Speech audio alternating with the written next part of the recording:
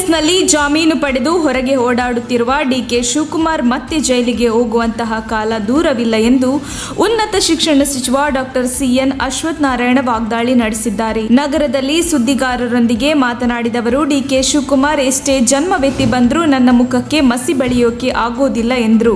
DK Shivakumar ಇಡೀ ಕೇಸ್ನಲ್ಲಿ ಜಾಮೀನು ಪಡೆದು ಹೊರಗಿದ್ದಾರೆ.